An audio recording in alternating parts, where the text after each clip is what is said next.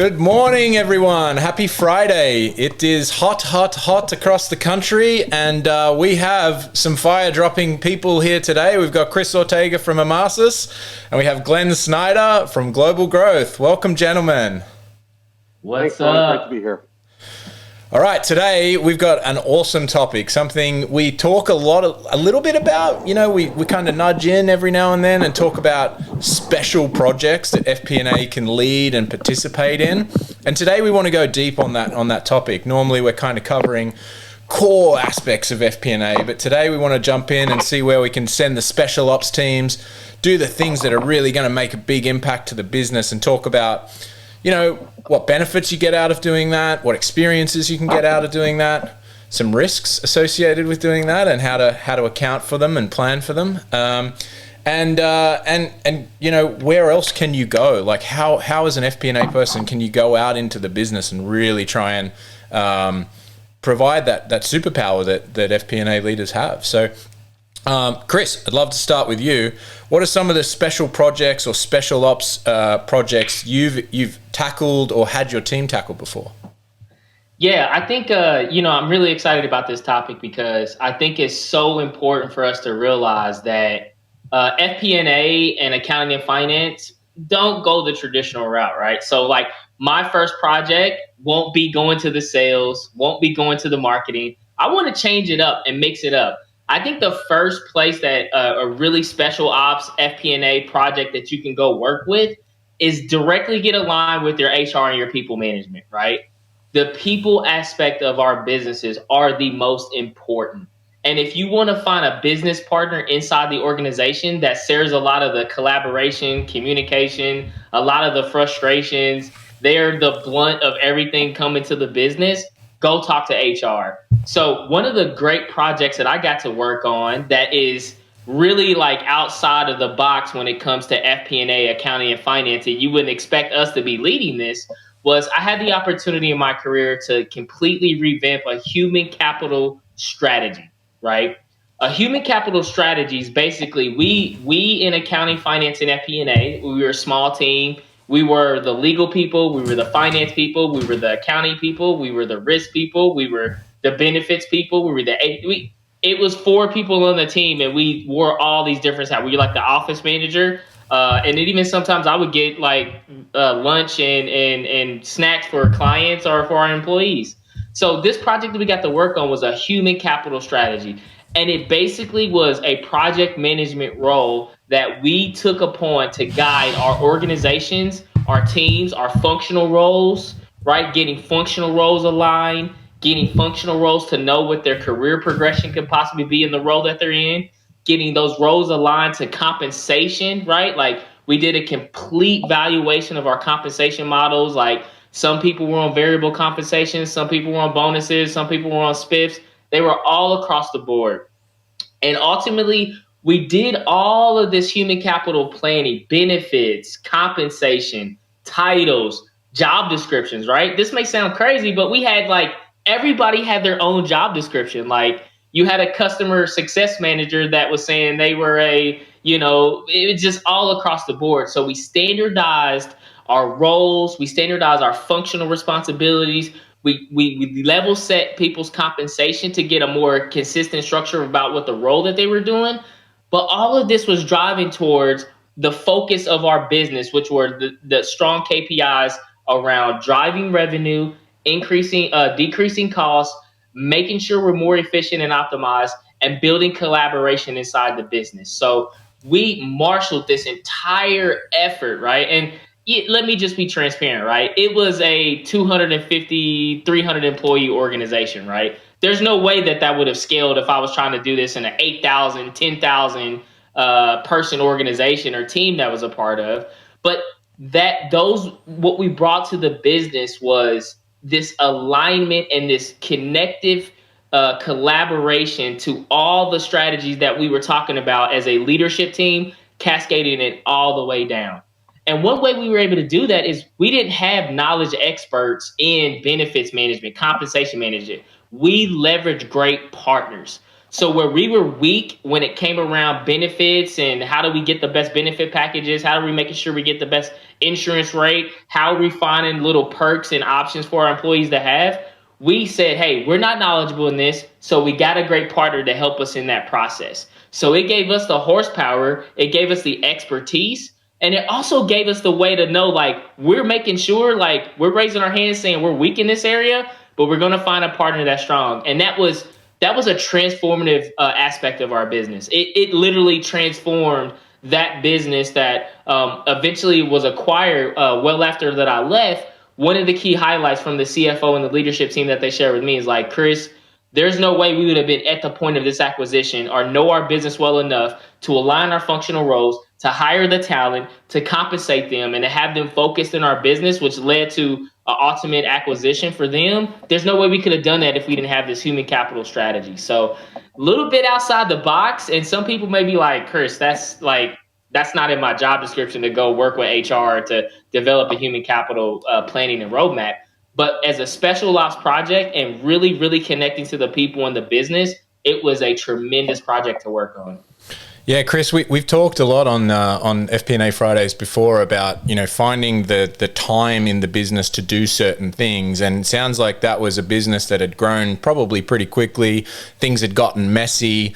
And that was the time to go and level set the organization in order to scale that next set of growth. And so that's why those types of projects are so important at those moments in time, right? Figure out what the special ops project is that's most important to the business at the time. And to scale after that, you needed that framework, that structure, that level set that existed after you did that work. Most definitely. Yeah, it was that point. And we were 250 then, and then we catapulted to about 400 people in like 2 years. Like, it was rocket ship, and it was high level of growth, but it was that scale that we needed to make sure we maximize the investment that we were getting, to maximize the go-to-market strategy that we were having.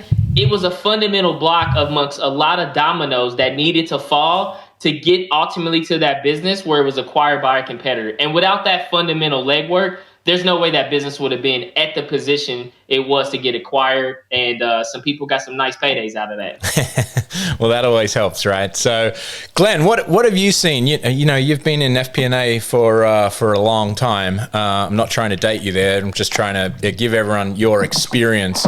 What are some of the amazing special ops projects that you've seen and tackled, and maybe cherry pick a couple of great ones for us?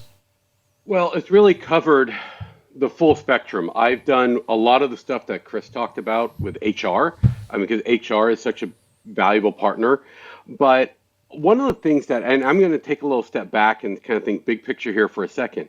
One thing that I always like to do when it comes to putting together your goals for the next year is, with my FP&A teams, I like to talk about, look, you got your fundamental things you need to get done, but what are the projects you want to do? Where are the other special things that are above and beyond, outside of the normal realm of FP&A, that you want to be working on? And it usually goes with, if you have a finance business partner that works with HR, it's going to be a project with HR. If they work with sales, it'd be a project with sales, those types of things.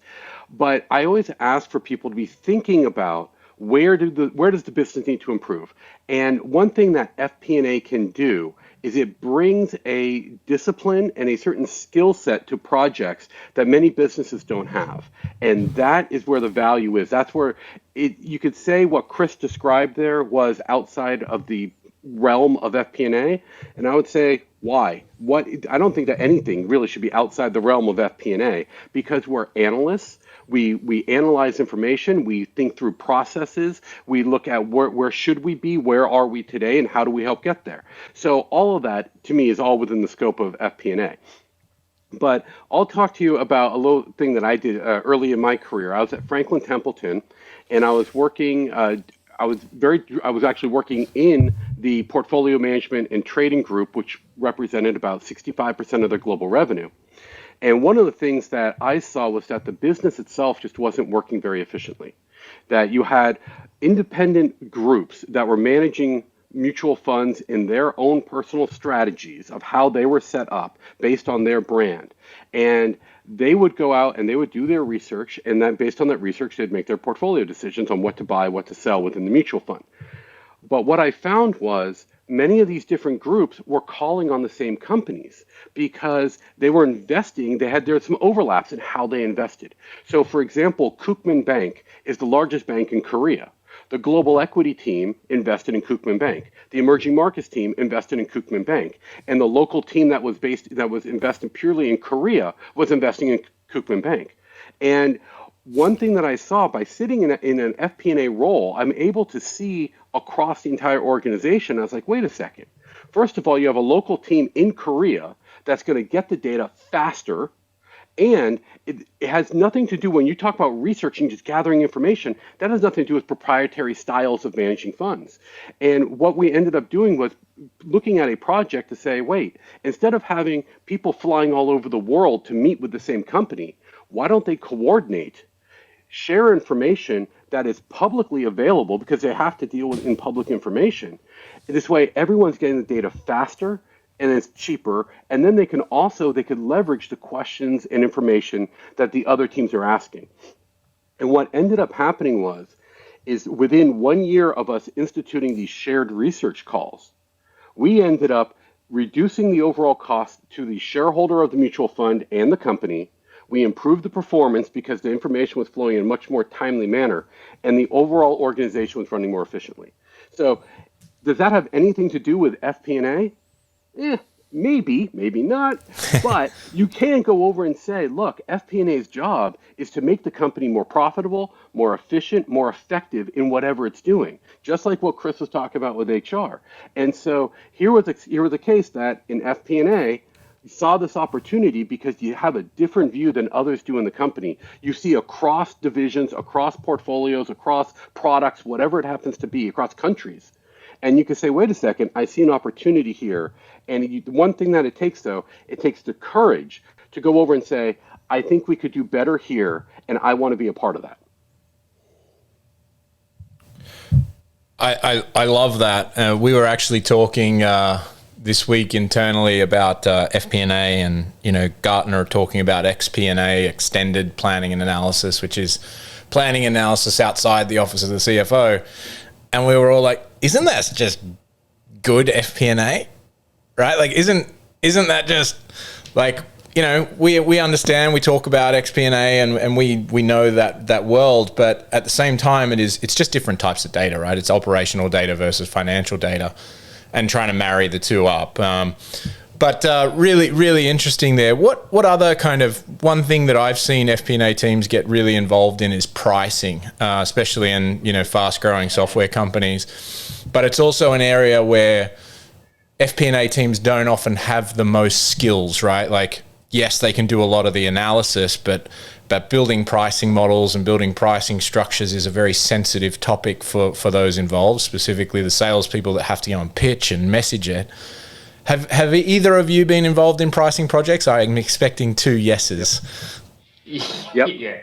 Many companies I've done pricing. Yeah. So let's talk about it, because it's one that I think every FP&A person will tackle at some point.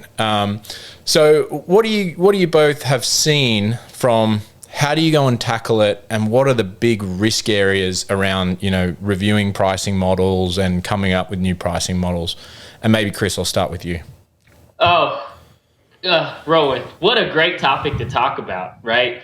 Talking about how you're moving from, like here at Amarsis, right? We have gone through so many different changes of product packaging to legacy pricing, where we're getting people on committed contracts from usage-based contracts. That's step number one. Then getting them on product-based packaging, where we went from, offering all these different solutions to say, hey, you get our core product with all these extras, to saying, nope, you get essentials, you get advanced, you get max AI, right? To getting the packages. Now we're in a phase right now where we're going to, through the acquisition we're going to getting to new product and packaging that SAP wants us to have. So that, just seeing the different stages around that, where there's been changes. And to me, it's always about, like, what are you trying to go to market with, right? And I think in a lot of the software companies I've been at, we've changed our go-to-market strategy so many different times. Like the software company I was at before, which was recently was acquired, that I was mentioning in my FP&A special ops example. It was the same thing. It was, we were going out there. We had customers that were the same level of customers paying $3,000, and then we had that same level of customer paying like $25,000, and then we had a smaller customer that was. We were all across the board, right? And the thing that we had to do was really, really focus on the strategy. And again, you hit the nail right on the head, Rowan. We got into the analytics. We were running the numbers. We look at customer lifetime value. We looked at, the average CAC that was coming in from these customers. We looked at how much upsell, cross sales we were getting from different markets. We were slicing and dicing all that data, but none of that was valuable until we said, okay, what are we going to market with? Right? Like, let's get aligned on the strategy first. Like, do we want to be we'll fit it will, in any deal? Do we want to be the customer to say, oh yeah, we'll give you anything that you need? Or do we want to go in and say, here are the lanes that you can operate in, here are the products and the packaging that we're giving with it, here's the pricing you're going to have, and based on your, contact size, or based on your revenue size or your employee size, that's how we'll determine what price point you're going to be at. So really, we had to get alignment and work with the sales, the marketing, the operations, and that group to really get aligned on what was our go-to-market strategy. So I think first start there.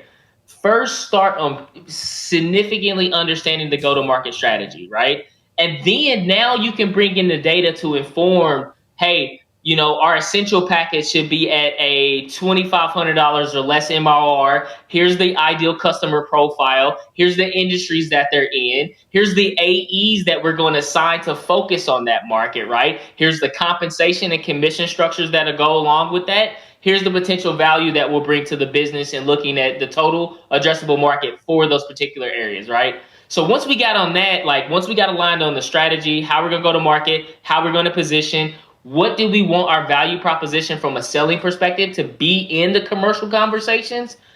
Once we got all that, and believe you me, that took a lot of time. You're getting sales, marketing, finance, strategy, operations, who's ultimately going to be the ones executing and fulfilling these things.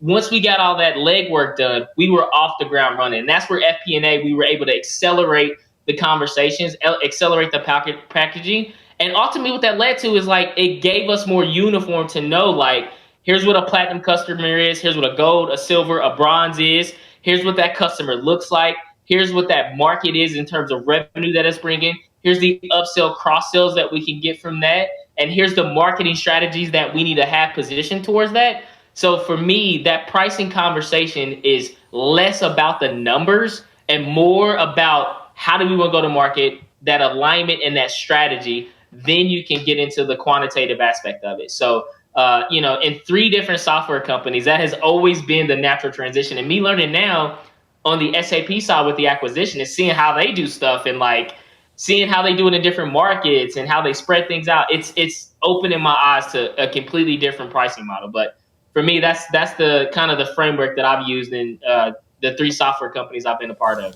Yeah, I have a funny story about a smaller company I worked at, and to your point around it's about what's your go-to-market position. Our pricing model was fine. It worked. People understood it. It wasn't overly complex. We could upsell. We could manage everything, and so everyone liked the pricing model. But we felt we weren't getting the our dues in the market, and there was a perception about us. So we just doubled the prices, and guess what? Customers just paid more, and they actually treated us more seriously. And it was just a perception issue that, our price, we looked cheap, and therefore the product didn't show off well to them. And so just by simply doubling the prices, right? Pricing models, everything, there's also a way of not overcomplicating pricing sometimes, which is you don't need to have all these fancy levers. If the levers are actually working, it might just be the price point, and that actually changes the trajectory of the conversation. Glenn, what have you seen? And I'm sure you've done pricing models in banks and in at Digital Realty, your last company, which was leasing and things like that. What have you seen from pricing perspectives? Actually, one of the biggest pricing models that I was working on was actually Charles Schwab. And Rowan, what you were talking about was the exact issue. It was the first thing you have to get to is who do you want to be in the market? What are you trying to do? Do you want to be the the low price leader to say, hey, look, we're the cheap one, just where you have more transactional type volume, or do you want to be the high end service that we're going to charge more for the same thing, but we're going to be higher touch? What is your model that you really want to do? And so, that's the first thing that you have to figure out.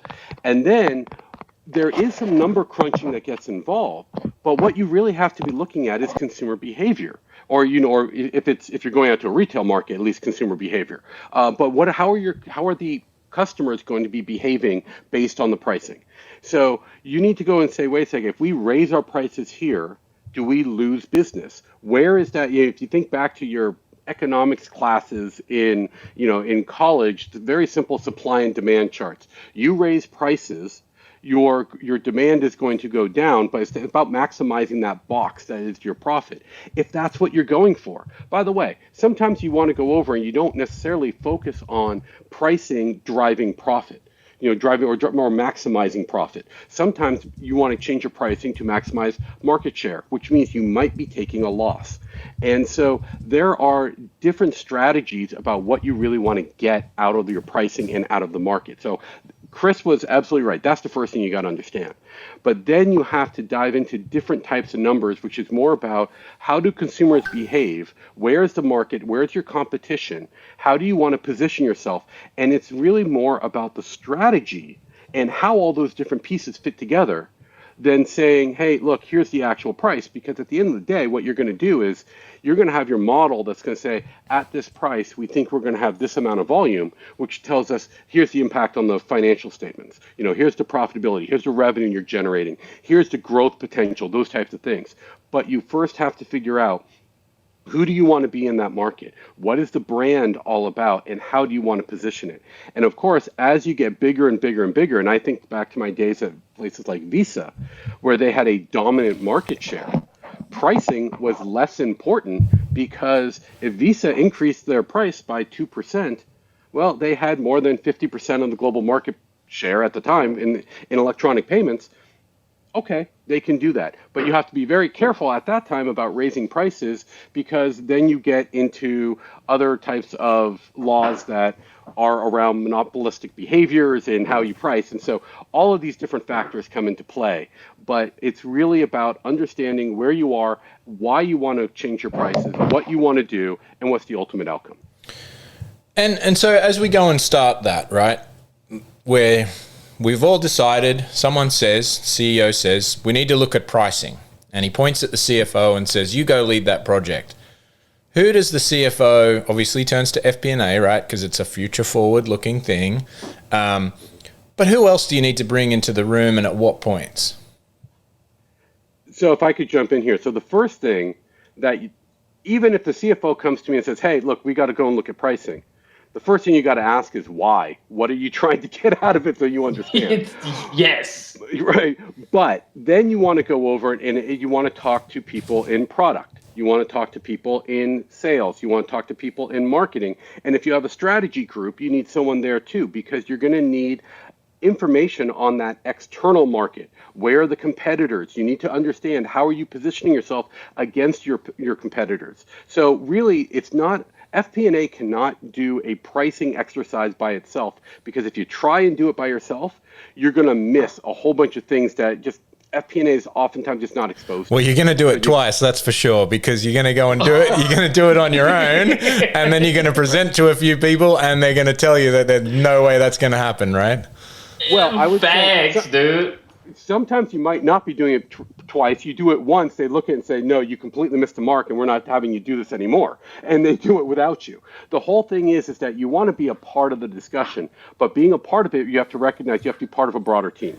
And that's where you have to have people who understand the external market, understand the clients. You might have people from client service. If they are interacting with clients, this way they know, hey, how are clients complaining about our pricing? What are other factors that we need to bring in? So you got to have that real 360 view here to make sure that you have someone representing all the different areas that are going to be impacted by a price change.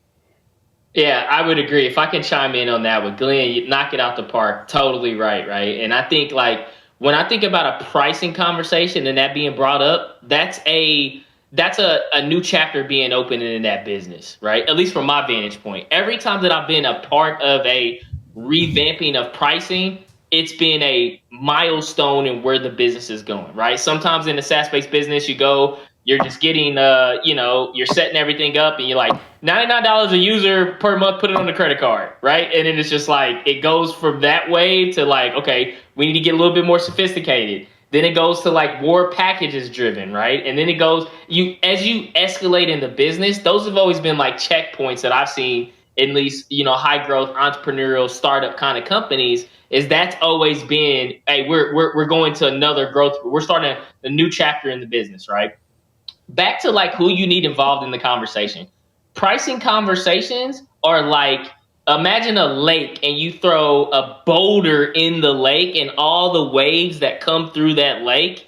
Price is going to affect everybody in the organization: HR, legal, sales, marketing, operations. It's a big, monumental, atomic thing that you got to make sure you have alignment on. That's gets back to my point earlier. Is like, you got to spend the time on alignment. And I would tell people, like, seriously, being in those conversations, it's going to take a lot of time to get that. Or if you're in a fast-paced organization and it's just you, the chief revenue officer, the marketing, the operations person, legal, and you guys all get in a room and like, look, let's get this thing together first. Let's get aligned on all this. Make sure we're all moving in the same directions, because that's how you run faster. So to me, like, when you need the people in that conversation, it's every touch point in the organization, because you're going to be driving more money, you're going to be getting more cash, you're going to have opportunities to, people want to know is like, hey, the first thing on the sales side is going to say, if you increase the price, what's that going to do to my commissions?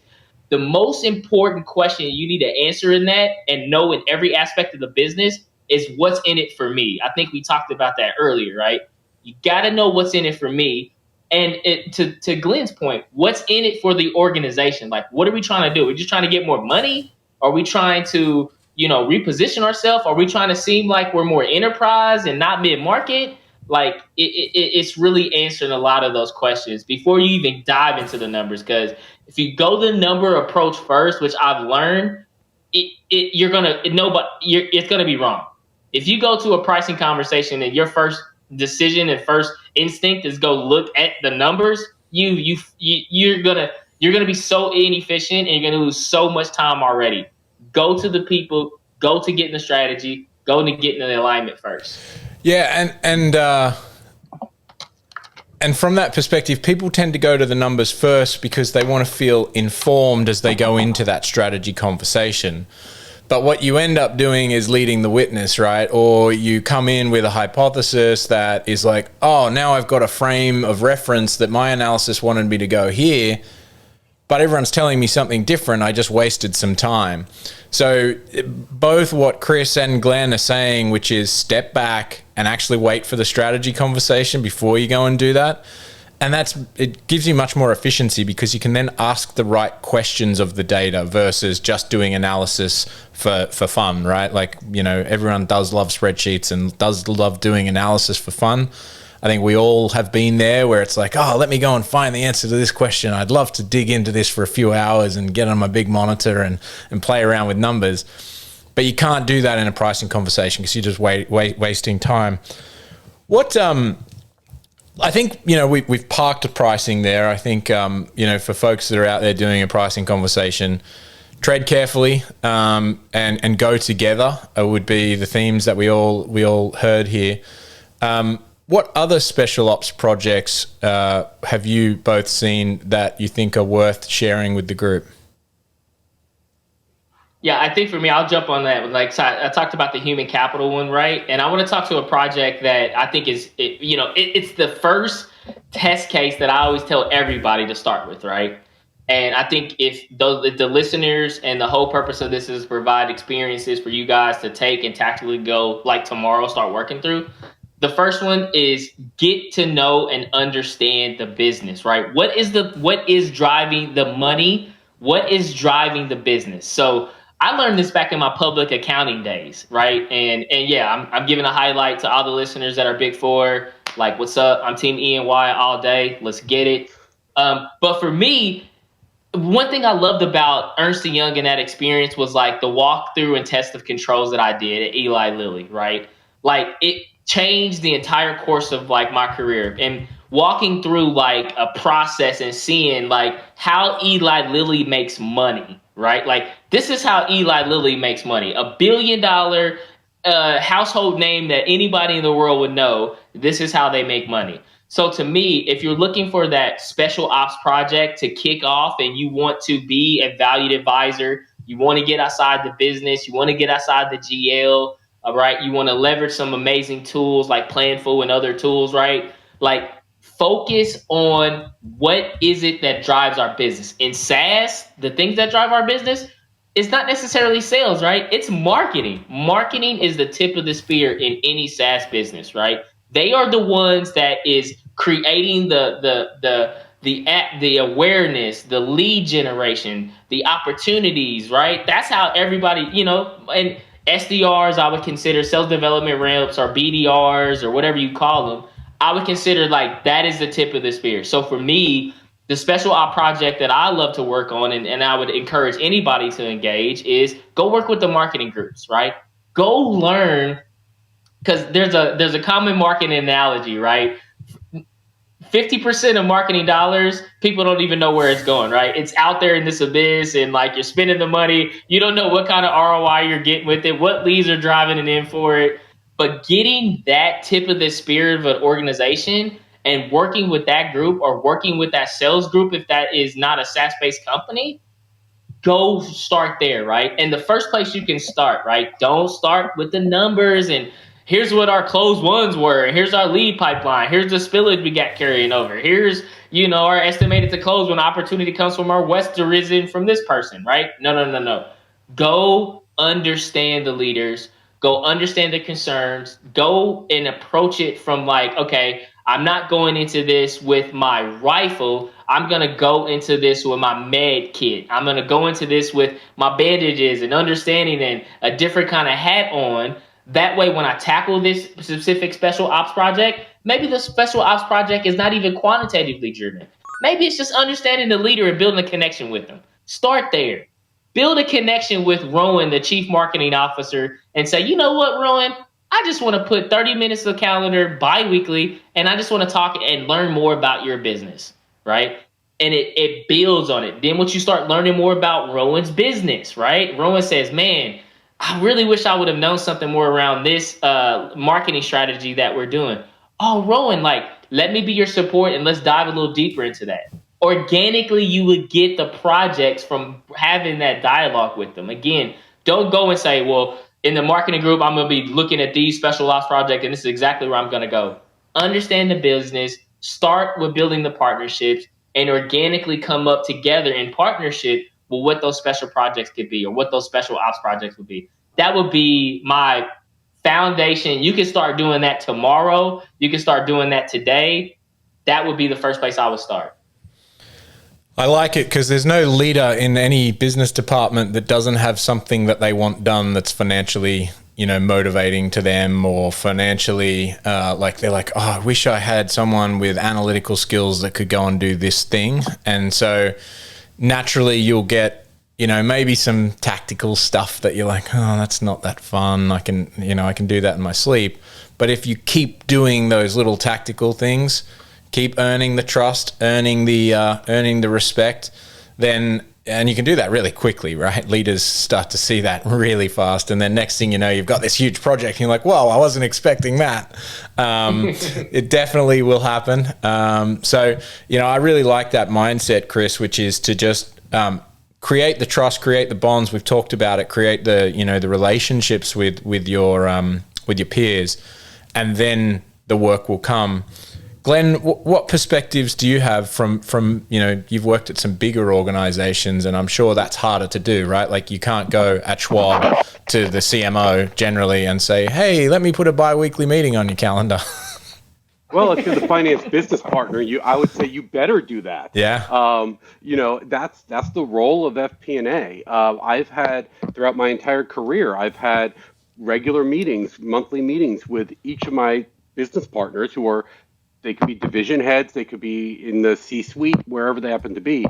And you have to build out trust. And that's, you start by getting to know them and getting to know their business and letting them build that trust with you by, you could be doing things proactively for them. They could ask you to do stuff and you deliver maybe a little bit more than just what they asked. And that's how you go over and you build that up. But bringing this back to some of the special projects, I would say first of all, Chris reminded me of a project I did when I was at Visa. And I had the chief marketing officer come to me. I was running profitability analysis. And he said to me, hey, I want to understand when I go out and spend whatever it was, $75, $80 million, who knows, sponsoring the NFL, what kind of impact does that have on our annual revenues? And, that's a project that is not just about the financials, but it's tracking the data and the consumer behavior and trending and all of that type of stuff. The real funny thing is I came back to him, I said, it has absolutely no impact whatsoever. And he looked at me and was like, so you're telling me everything we do here in marketing at Visa, which of course is one of the biggest brands in the world, has no impact whatsoever? And I said, well, no, not in like the next month or two. I said, that's driven by the economy. You want to go and look at how Visa's volumes move. It's based on how much money people have, right? The more money they have, the more they spend. The less money they have, the less they spend. That's, it was pretty intuitive, but I showed it looking at various metrics of like GDP growth and comparing it against the volumes and all that kind of stuff. But I said, in the longer term, when you start getting out 3, 4, 5 years, it's about understanding and seeing what name is in front of you. If Visa all of a sudden pulled back on their marketing and MasterCard, American Express were out there, more and more people, as they were thinking about what their next credit card would be thinking about MasterCard and American Express over Visa. And that has long-term implications. So understanding stuff like marketing, there's a very big difference between short-term results and long-term impact. And long-term is about the brand. Short-term is more about the transaction. And sometimes if you're going to be a sponsor of the NFL and spend a ton of money, that's not about a transaction. And you got to recognize, are you looking at something long-term or short-term? One other special project I'll throw out there that I've done in multiple companies is around compensation plans for sales teams. Understanding how you want to incentivize people. Where do you want to grow your business? Because I think about something I did at Charles Schwab. Schwab has a whole bunch of different types of products that they can offer their clients.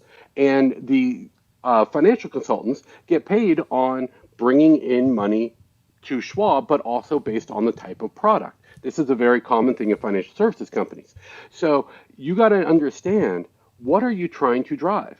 What is getting back to, once again, what is the strategy behind it? Because certain products are stickier than others. Certain products are more profitable than others. Certain products are easier to sell than others, right? So where do you want to incentivize the sales team to say, look, this is a better product for our company. This is more about the direction we want to go. So we're going to pay you more in that area. These might be easier for you to sell. It's table stakes for just being in the business. So we're maybe going to incentivize you a little less. And where is that balance? Because at the end of the day, what you actually have to do is, it's not just about the revenue and the profit that the company makes, but it's also how much money is that salesperson going to make? And are they going to have enough incentive to say, I want to be doing this. I want to keep driving business for this company. And are they going to be making enough money? Or are they going to say, hey, you know what? You don't pay me enough. I'm going to go over here to my competitor, or something like that. So you really have to look at not just what the financial impacts are, what the market impacts are, but what's the impact on that employee? Because now you're talking about their compensation, how they take care of their family.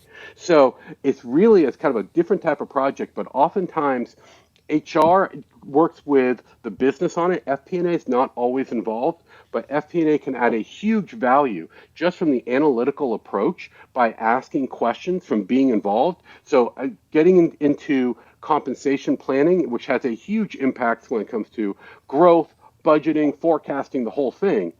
That's an area that FP&A should be raising their hand and saying, hey, I want to be involved in that too. Yeah, in my experience, Glenn, in revenue operations, the thing that people miss, and I'm going to call this out when they're looking at compensation plans, is they don't align it back to the territory and quota plan that exists in that rep's territory, right? Because you can design the world's greatest compensation plan with all the great products, and you might say, oh, we've got this amazing product and we're going to give this great incentive and everyone's going to go and sell it.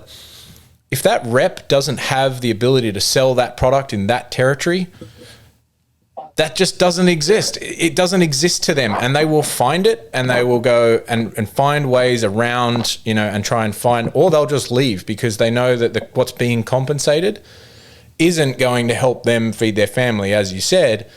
And a lot of salespeople are on 50-50 plans where, that has a huge impact on them. So whenever you're doing any compensation planning process, make sure that you're doing it at a aligned territory and quota level as well, because if you're not going back far enough in the process, you're going to miss all the key indicators for a sales rep and their ability to hit their commission, which is about their specific territory, their ability to sell into that territory. And a lot of that comes to not just region, but country specifics. Where are you? What's the market like in the different things? I mean, a very simple example, if you're trying to sell, cross-country skis, and your area is New York City, it's going to be a lot harder to sell that than if you are in Vermont, right? You got to recognize the regional differences, but sometimes the languages, the laws, the cultures, that's where strategy really comes back into play. And if you've noticed one theme from everything that Rowan, you've talked about, and Chris has talked about, and I've talked about, when you get into projects, it's more about the strategy than it is the financials. The financials might go to support the strategy, but you got to have that strategy. You got to start with that strategy. You got to believe in that strategy, and that's the strategy that you are solving for. You're not solving for a number. You're solving for a strategy. Yeah. I mean, Glenn, you're right. In these special ops projects, right? I want to give another special ops project that is outside the business. So another special ops project that you FP&A listeners should be having with yourself. Take the business. Let's park the business, right? We talked about HR. We talked about sales. We got to compensation. We got to marketing. If you want to have a special ops project for yourself, right? Do it's the same thing we just talked about. Do a strategy of where do you want to be in your career, right? I remember doing my own special ops project for myself, and I didn't know it was a special ops project when I was making the transition from accounting into FP&A, right? I did the public accounting. I worked at I was doing accounting at a high growth startup entrepreneurial software company. And I realized, I said, you know what? I need to take a step back for myself in my career. Taking the business out, right? I did a step back in my career and I said, where are my skills, passions, and talents? Where do I see myself in the next 5 years? What do I need to be developing and growing? And where do I want to have the most impact, right? A lot of those questions I just said, you take the same approach when you go inside the business, right? But I think it's important for listeners to know you can take these same things and the knowledge that Glenn is dropping and the heat that Rowan is giving and apply that to your professional life and where you want to go, right? I've always looked at that and said, I'm at that point right now where I'm looking at it. Okay, Chris, where do I want to? Where is my vision? What is the strategy I want to do? And where do I want to have? Where do I have the skill gaps? Where do I have the passion? Where I'm motivated, right? And do that same thing for yourself. So if you want to look at a great special ops project to do that has value that could transcend inside the business, start with you, man. Start with yourself. Start with looking at some of those things. And I think it's important for me to know that because I think we talk a lot about how ways that we can advocate in the business.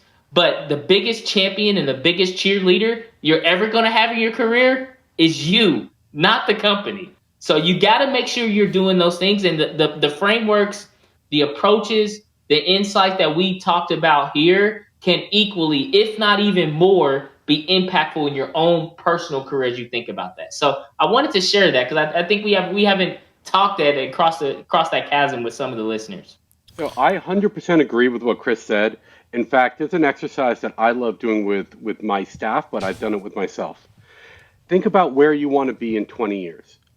Title, living, hobbies, married, kids, whatever it happens to be. Imagine a graph. right? So your vertical graph, the vertical line I call stuff. The horizontal one is time.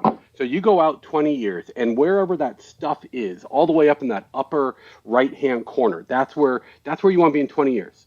Now, think about where you need to be in 15 years to achieve 20. Where do you need to be in 10 to get to 15? Where do you need to be in 5 to get to 10? Where do you need to be in 2 to get to 5? And what do you need to be doing today that will get you on that path to where you want to be going or where you want to be in 2 years? And what sometimes it is projects. I mean, I think of people that I've had working for me who have said, I would love to be able to live and work at some point in Asia. And so, you know what? As a manager, that's great to know. So when I have a project around something for Asia Pacific, hey, I'm going to throw it to that employee. Let them get that exposure, that experience, those types of things. And a lot of times you can drive your own projects based on your own passions, but it really helps to understand where do you want to be.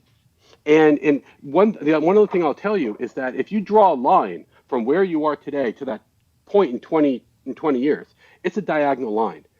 You can't always travel along that path. The whole thing, sometimes you go to the right, sometimes you go up, and it makes it kind of a stepped function. Every once in a while in your career, you do get to take that leap on the line. But what's important is also make sure you don't go down or to the left, and so that you're going in that direction you really want to go. Yeah, I think we've all seen that cartoon of plan versus reality, and the plan is that straight line, and the reality is you've got to jump over the rock, you've got to walk through the fire pit, you've got to do all these sorts of things. But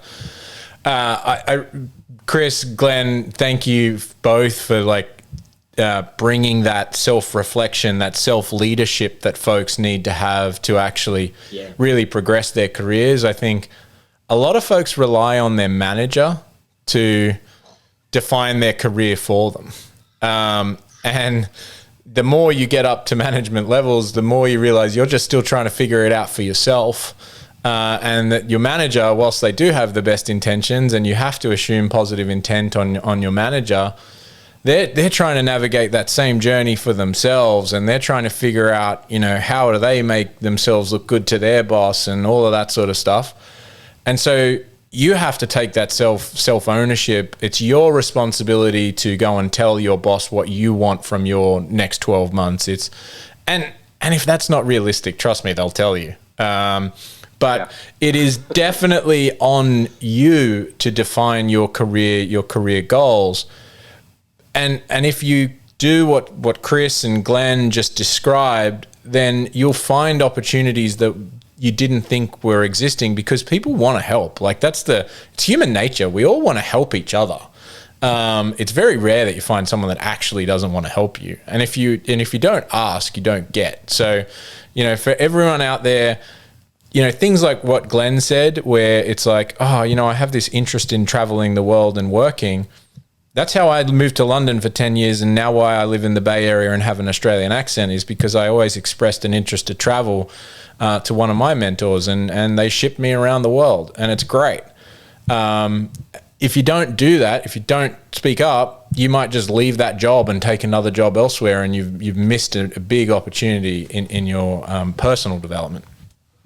Yeah, I think so many times, Rowan, and the whole goal of this conversation is about special projects, right? And we get some great examples. And I think talking about this one, you always have to be the master, right, of your own career, right? It's great to have advocates, and I've had that along the way.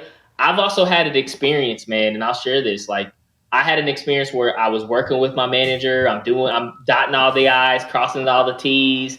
I'm ready to step into a senior financial analyst role. I'm ready. I did everything that I could. I'm all the performance reviews, everything was there. And I'm I had complete trust in this person, and I'm going towards it. I'm yes, I'm almost at the finish line. And the goalpost changed. And it was someone completely outside the business. And it was hey, Chris, we know we're working towards a senior FP&A role, but we're going to give it to this other person. And I can go back to that moment. I remember where I was just boom. It was just man, I worked. And from that moment, I realized I would never put my skills, passions, talents, development, and growth in the hands of anybody else ever. And if I'm not getting what I want, And if I'm not developing and going down the trajectory that I am, I'm going to be proactive about it. I'm going to give it time. I'm going to have the conversations. But if I'm not in an opportunity where I'm growing and thriving and being challenged and expanding myself, it's not the right opportunity for me. And you got to be willing to have that conversation too. You got to, I've had that conversations with leaders and mentors that I respect now today. And I said, look, we come to the understanding that, hey, Chris, it's probably not the best place for you, for your growth. And we agreed upon it. It was like, hey, look, it probably is. Let's start working through how we find, the best person that's going to be in this position excited about the opportunity that they have now, while I find the opportunity that is best case for me, right? And a lot of people are so scared of that conversation. They run away from it. They don't have it, and because it's it. But at the end of the day, man, you have to be the master of your career. You have to take ownership for it. You have to take on this special project for yourself. That way you can know you're giving the best to the business. So I just wanted to share that insight. Yeah, and I 100% agree with everything Chris just said. I mean, he nailed it. I always like to say no one's going to fight harder for your career than you will. And so don't rely on somebody else. And, that is, I was actually, the funny thing, Chris, I went through the exact same thing in my career. I had a boss who came to me and he said, hey, Glenn, I was a senior financial analyst. He said, Glenn, I'm promoting you to director. And I was like, oh my God, above skipping manager, senior manager. He wrote down my title, wrote down my salary. He gave it to me. I went out, had lunch with a buddy of mine. I'm like, oh my God, I'm getting promoted to director and everything. My buddy went over, he talked to his boss and said, I'd like to get promoted too. They started talking. All of a sudden, my boss came back to me and says, yeah, that's gone now. You lost it. And I'm like, what? Why would you say that to me if it wasn't a done deal? And then 6 months later, he comes back and says, okay, I'm promoting you as senior manager. I didn't even tell my mom, right? Nothing. And he went over and took it away from me again. And it was very clear that if I was waiting for somebody to make something happen for me, I was going to be waiting a long time. And so if I wanted to move up in the organization, I either had to say, look, I'm going to do this. I'm going to work hard here, and I'm going to see if I could get that, or I'm going to start looking somewhere else because this just might not be the place that's going to get me to where I want to be. And that's okay too. But you got to come to that realization, and you got to recognize if you are relying on someone else to do something for you, it's not necessarily their priority because their own career is going to be first before yours. Facts. Well, I think, guys, we could probably. Yeah. Thanks. We could probably leave it there today and give some folks back some time to go and think about, how they become the special operations project for themselves. I think Glenn and Chris have just dropped some personal experiences there. Think about that for your own career right now and where you're at and what you need to go and do to make that next step. And, for those that are interested in doing 20-year planning, I'm definitely not that person, Glenn. 20 years is like... I didn't know 20 years from now, who knows? I may be a dinosaur by then. Well, it's all about where you want to be, right? Yeah, no, I love it. I'm a 5-year plan. I'm a 3. Yeah. So maybe that's just Chris and I like to move fast. So 10 years to just 10, 20 is too far out. But hey, I actually may do it just to surprise myself. Well, I would also say it depends on where you are too. If you're coming out of college or you're 5 years out of college, 20 years, half of your career, you could do that. If you're getting close to retirement, 20 years is a little silly, right? So it really comes down to where you are in the spectrum. Right. Yeah. Maybe my 20 years is my golf handicap goal, but that's another story. So, all right, gents, happy Friday. I hope you stay cool because it looks like it's going to be hot around the country. And have a great weekend, everyone. And we'll see you next Friday for FP&A Fridays live here on Clubhouse. Thanks, everyone.